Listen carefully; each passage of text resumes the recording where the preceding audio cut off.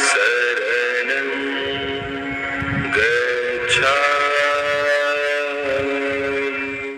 सम्मानित साथियों, नमो बुद्धाय, जय भीम। आज के अम्बेडकर संदेश में आपका हार्दिक स्वागत है। आज के अम्बेडकर संदेश में हम बात करेंगे हिंदुओं में छुआछूत का आधार क्या है। कल के अम्बेडकर संदेश में हमने आपको बताया था कि जिस तरह से आदिम समाज या प्राचीन समाज में अशुद्धि को छुआछूत का आधार माना जाता है, ठीक उसी तरह से हिंदुओं में भी छुआछूत का आधार अशुद्धि माना जाता है। लेकिन बाबा साहब के कल के अम्बेडकर संदेश में बाबा साहब लिखते हैं, आखिरी लाइनें जो लिखते हैं उनको हम रिपीट करना जरूरी समझते हैं। वो लिखते हैं कि यदि यहीं तक सीमा होती तो ये आसानी से कहा जा सकता था कि हिंदुओं में अशुद्धि की जो धारणा है वह आदिम तथा प्राचीन समाज में विद्यमान अशुद्धि की धारणा से किसी तरह से भिन्न नहीं है। लेकिन यही इतश्री नहीं हो जाती, क्योंकि हिंदू एक और तरह की छुआछूत को मानते हैं जिसका अभी उल्लेख नहीं किया गया। यानी कि कल का अम्बेडकर संदेश जब हम प्रस्तुत कर रहे थे तो वहां पर इस बात का उल्लेख नहीं किया गया कि हिंदुओं का छुआछूत करने का दूसरा आधार क्या था। सामान्य साथियों, दूसरा आधार क्या है, ये आज के अम्बेडकर संदेश में हम प्रस्तुत करेंगे। आज का अम्बेडकर संदेश अगर आप अंत तक वॉच करेंगे तो बहुत बड़ा नॉलेज, बहुत बड़ी जानकारी, इंफॉर्मेशन भी आपको यहाँ से मिलने वाली है। आज के अम्बेडकर संदेश जो कि प्रसारित किया जा रहा है स्थान Buddha Bodhisattva Ambedkar international centre BBAIC, Sarnath, Varanasi, राज्य उत्तर प्रदेश, देश भारत के सौजन्य से बाबा डॉक्टर अम्बेडकर संपूर्ण वाङ्मय खंड 14 में आज जिसका शीर्षक है अछूत कौन थे और वे अछूत कैसे बने। पेज नंबर 22 से पेज नंबर आज हम आप तो आइए शुरू करते हैं आज का अम्बेडकर संदेश। वो आखिर कौन सा आधार है जो हिंदू छुआछूत के रूप में मानते हैं, उस आधार का अब खुलासा होगा। तब आशाएं लिखते हैं अध्याय 5 पेज नंबर 143 मनुस्मृति की बात करते हैं।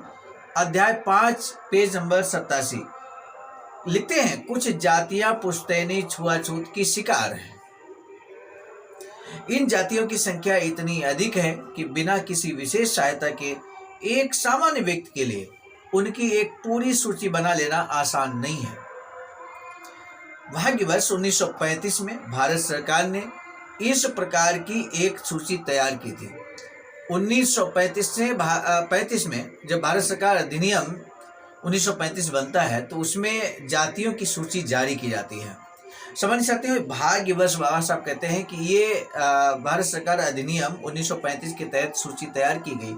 अदरवाइज भारत के अंदर इतनी जातियां हैं जो अछूत मानी जाती हैं, जिनकी एक व्यक्ति के लिए सूची बना पाना बहुत मुश्किल है।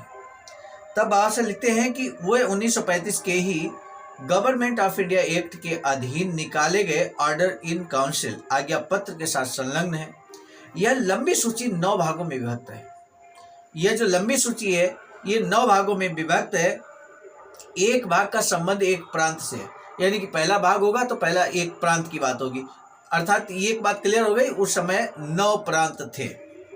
एक भाग का संबंध एक प्रांत से है और उसमें उस प्रांत की उपजातियों, नस्लों, कबीलों तथा उन समूहों की गणना की गई है जो सारे प्रांत अथवा उसके एक हिस्से में अछूत माने जाते हैं। यह सूची विस्तृत है और प्रमाणिक है अथवा प्राधिकृत कही जा सकती है। इस बात को स्पष्ट करने के लिए कि हिंदू लोग जातियों की कितनी बड़ी संख्या को वंशानुगत या जन्मजात अछूत मानते हैं, मैं ऑर्डर इन काउंसिल की वह सूची यहाँ दे रहा हूँ। यानी कि जो सूची भारत सरकार अधिनियम 1935 में जारी की गई वो सूची यहाँ पर बाबा साहब ने सम्मिलित की है इस टॉपिक के तहत। तो आज वो हम आपको दिखाने की कोशिश कर रहे हैं, वीडियो फॉर्म में दिखाने की कोशिश कर रहे हैं। हम कुछ यहाँ पर भाग 1 में यहाँ पर मद्रास है, मद्रास की कुछ स्टार्टिंग की कुछ जातियों के नाम लेना उचित समझते हैं। अजिला, अरंदियार, कल्लाडी, कोडालो, आदि आंध्र, कुडुम्बन, गासी, आदि द्रविड़, कुरुबन, कोडागली, आदि कर्नाटक। तो इस तरह की लंबी सी सूची आप देख पा रहे हैं जो यहाँ जातियों की सूची है, जो भाग 1 में मद्रास में ये जातियों का सूची है। और इसके बाद दूसरा बिंदु यहाँ पे लिखा है कि प्रांत की विधानसभा पिछड़े हुए क्षेत्रों तथा पिछड़ी हुई जातियों के एक प्रतिनिधि के चुनाव के लिए सभी प्रांतों में अनुसूचित जातियों की सूची 1935 के गवर्नमेंट ऑफ इंडिया एक्ट के अंतर्गत गठित किसी विशेष निर्वाचन के अतिरिक्त यदि कोई विशेष चुनाव क्षेत्र हो तो वह उस नियम का अपवाद होगा। इसमें जो जातियां हैं वो अरनादन, कुडब, डोम्बो, कुट्टू नायकन, कुडया, पानो, कदर, कुरिच्चन, मविलन, करमपालन, कुरुमन, मालासार, ये इतनी जातियां यहाँ पर विशेष क्षेत्र में आती हैं। इसके बाद भाग दूसरा है बम्बई, यानी कि बम्बई प्रांत की बात यहाँ पे की जा रही है। सारे प्रांत में अनुसूचित जातियां, सारे प्रांत में अनुसूचित जातियों की सूची हम आपको दिखाने की कोशिश कर रहे हैं। असोदी, ढोर, लिंगाडेर, कोलचा या कोलदा, तिमारी, बड़कर, कोली ढोर, तूर, बिठोलिया, खालपा, नदिया, ये सारी जातियों के नाम यहाँ पर आप देख पा रहे हैं। और इसके बाद यहाँ पे महार जाति भी है, जो जिस जाति से बासा बिलोंग करते थे, आपको मालूम है बासा महार जाति से बिलोंग करते थे। भाग तीसरा है बंगाल प्रदेश से संबंधित, और यहाँ पर बंगाल के संबंध में कहा गया कि अगरिया, कोनवार, दोआई, तियार, तून, ओरोच, कोरा, धोबा, कपूरिया, खटीक, धुनबार, कस्ता, खेरा, ये सारी जातियां यहाँ पर आपके समक्ष हम रख रहे हैं। और इसके बाद लंबी सी सूची यहाँ पर है बंगाल भाग 3 के अंतर्गत। और इसके बाद अगला भाग है, यहाँ पर चौथा भाग है संयुक्त प्रांत, यानी कि यूनाइटेड प्रोविंस, जिसे अब उत्तर प्रदेश के नाम से जाना जाता है। यूनाइटेड प्रोविंस की यहाँ पे बात हो रही है। और प्रांत भर में जो अनुसूचित जातियां हैं वो यहाँ पर लंबी सी सूची यहाँ पर दी गई है। काफ़ी ज़्यादा जातियां हैं उत्तर प्रदेश में। संयुक्त प्रांत में अगरिया, धनकर, वाल्मीकि, अहरिया, दरकार, बावरिया, कंजर, धाकड़, बेरिया, करवाल, धानुक यानी कि भंगी, वेलदार, कलाबाज, धोबी, बैगी, कापड़िया, नट, बोरिया, ये सारी जातियां यहाँ पर आपके समक्ष हम दिखाने की कोशिश कर रहे हैं। इसके बाद भाग 5 है यहाँ पर पंजाब, जिसमें आदि, धर्मी, डागी और कोली, बाबरिया, और धानुक, बाजरा, कोरी, धुमना, मरजा या मरे, खटिक, नाट, मेघ, गंधील, पासी आदि बहुत सारी जातियां यहाँ पर हैं जो हम आपको दिखा रहे हैं पंजाब में। इसके बाद भाग 6 है बिहार प्रांत भर में जो अनुसूचित जातियां हैं, उसमें कंजर, डोम, मुसहर, कुरारिया, धोबी, मोची, चमार, दुसाद, लालबोगी, चपाल, नटपासी, हाड़ी, हलालखोर, ये बहुत सारी लिखी हैं। इसके बाद पटना में बहुत सारी जातियां हैं। भान भूमि जिले की धनबाद तहसील के अंतर्गत आने वाली बहुत सारी जातियां जो यहाँ पर लिखा गया है प्रांत। इसके बाद आ जाइए भाग नंबर 7 पर, मध्य प्रांत और बरार में प्रांत भर में जो अनुसूचित जातियां हैं वो गांडा, बसोर, मोची, डोम, मांग, सतनामी, चमार, मेहतर या भंगे। स्थान विशेष में जो अनुसूचित जातियां हैं वो अघोलिया में, यहाँ पर बिलासपुर जिले में अघोलिया जनजाति है, अनुसूचित जाति है। अमरावती जिले में बहना है। इसी तरह से विभिन्न क्षेत्रों में यहाँ पर दिया गया। दुर्ग जिले में चौहान है। सागर जिले के दमोह उपमंडल में देहात है। तो इस तरह से बहुत सारी जातियां यहाँ पर अलग अलग दी गई। धोबी जाति यहाँ पर भंडारा, बिलासपुर, रायपुर, सागर जिलों में और होशंगाबाद जिले के होशंगाबाद और सिवनी, मालवा तहसीलों में पाई जाती है। तो इस तरह से बहुत लंबी सी सूची यहाँ पर, सबसे ज़्यादा लंबी सूची आई थिंक ये मध्य प्रांत की है और बरार की है। तो ये सूची हम लगातार आपको दिखाने की कोशिश कर रहे हैं। इसके बाद भाग 8 में असम में जो अनुसूचित जातियां हैं उनकी बात यहाँ की गई है। असम घाटी में कैवर्त, वनिया या वृत्तिल, हीरा है, नामशूद्र, बांसफोर्ड, हीरा, बहुत सारी जातियां हैं। और इसके बाद भाग 9 में उड़ीसा के अंतर्गत प्रांत भर में जो अनुसूचित जातियां हैं वो आदि, आंध्रा, गोडरी, धोबी, झरिका, गोडगे, पंचमा, पनका, औदेलिया, ये चमार, पेंडा, चांडाल, केला, बारिक, ये बहुत सारी जातियां उड़ीसा प्रांत में पाई जाती हैं। और इसके बाद वहाँ महार जाति भी पाई जाती है, वाल्मीकि भी है और कुछ विशेष क्षेत्रों को लेकर भी यहाँ पर कई जातियां हैं। अब बाबा साहब क्या लिखते हैं इस संबंध में। ये लंबी सी सूची यानी कि 429 जातियां उस समय शामिल की गई थी। तो बाबा साहब लिखते हैं कि ये दिल दहला देने वाली सूची है। आखिर बाबा साहब ने ये लंबी सी सूची जो जातियों की है, अनुसूचित जातियों की है, विभिन्न प्रांतों में 9 भागों में यहाँ पे दी गई है। तो दिल दहला देने वाली सूची क्यों कहा? आप विचार करिए कि बाबा साहब इस बात को ऐसा इतना गंभीर टिप्पणी क्यों करते हैं। तब बाबा साहब लिखते हैं कि इसमें 429 जातियां सम्मिलित हैं। यदि इनकी संख्या घटाई जाए तो इसका मतलब है कि देश में आज 5 से 6 करोड़ लोग ऐसे हैं जिनके स्पर्श मात्र से हिंदू अशुद्ध हो जाते हैं। निश्चय ही आदिम तथा प्राचीन समाज में जो छुआछूत विद्यमान थी वह इन भारत व्यापी करोड़ों लोगों की वंशानुगत अस्पृश्यता के मुकाबले में नगण्य है। हिंदुओं की यह छुआछूत बहुत विचित्र है। संसार के इतिहास में इसकी तुलना नहीं है। एशिया और यूरोप की बहुत सी जातियों की जनसंख्या से भी बड़ी जनसंख्या की अस्पृश्यता अपनी जनसंख्या की अधिकता के कारण अतुलनीय नहीं है, अपितु और दूसरे कारणों से भी बेमिसाल है।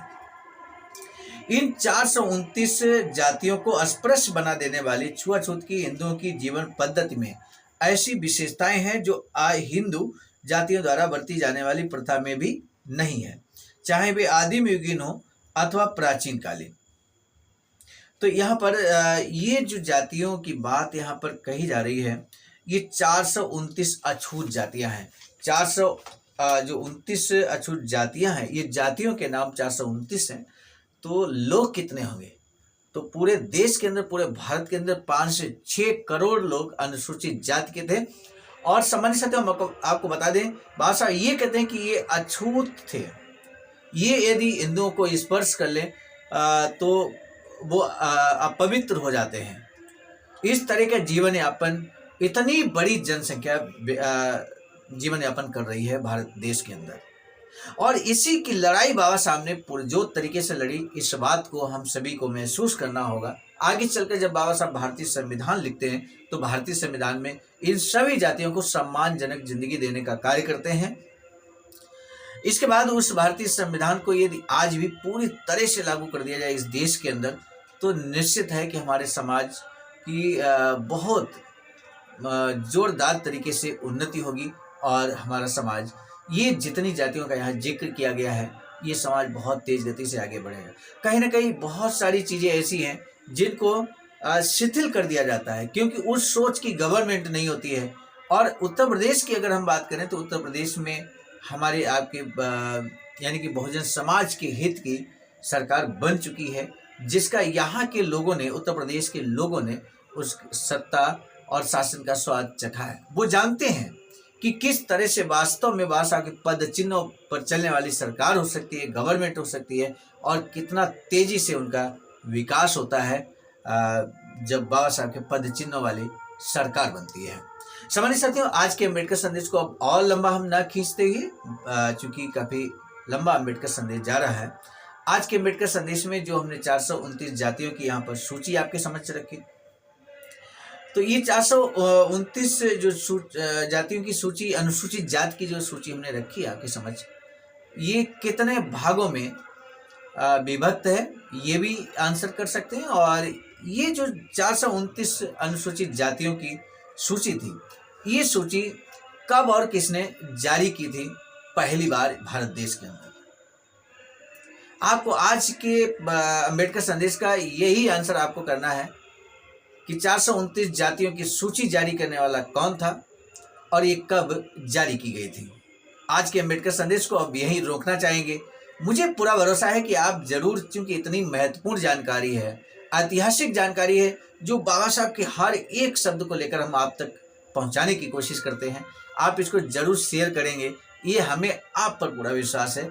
और इसी विश्वास के साथ अब दीजिए इजाजत। आप सभी को सादर नमो बुद्धाय, जय भीम। सामान्य साथियों, हम एक महत्वपूर्ण बात बताना उचित समझते हैं। बाबा साहब की अधूरी इच्छा के अनुरूप एक वैचारिक सेंटर निर्माणाधीन है सारनाथ वाराणसी में, जहां पर 14,000 स्क्वायर फीट जमीन परचेज कर ली गई है ring road green city Faridpur Sarnath में। वैचारिक सेंटर के प्रशासनिक ब्लॉक का निर्माण कार्य कंप्लीट हो चुका है। शानदार बेहतरीन प्रशासनिक ब्लॉक का निर्माण पूर्ण हो चुका है। आगे अब मुख्य भवन को बनाने की बारी हम सबकी है, और इस हेतु आप दिए गए अकाउंट नंबर पर अपना अमूल्य योगदान कर सकते हैं। आज का अम्बेडकर संदेश हम लेकर उपस्थित हुए थे मिशन नायक मित्र मुसाफिर सर राष्ट्रीय अध्यक्ष आवाज का नई दिल्ली की प्रेरणा में और साथ ही साथ संकलन कथाक्रम में परम आदरणीय विजय कुमार बौद्ध जी, प्रांतीय कोषाध्यक्ष आवाज का बिहार, प्रस्तुत कर्ताक्रम में मैं स्वयं सर्वजीत आर्य, राष्ट्रीय मीडिया प्रभारी IIT सेल आवाज का नई दिल्ली। मिलेंगे नए डॉक्टर अम्बेडकर संदेश में, तब तक दीजिए इजाजत। आप सभी को सादर नमो बुद्धाय जय। सम्मानित साथियों, यदि आप हमारे इस चैनल आवाज का ऑफिशियल, जिस पर नियमित सुबह 5 बजे डॉक्टर अम्बेडकर संदेश आपको मिलता है, आप हमारे इस चैनल को सपोर्ट करना चाहते हैं तो हमारा आपसे निवेदन है कि आप हमारे इस चैनल को सब्सक्राइब कर लें, वीडियो को शेयर, लाइक, कमेंट जरूर करें।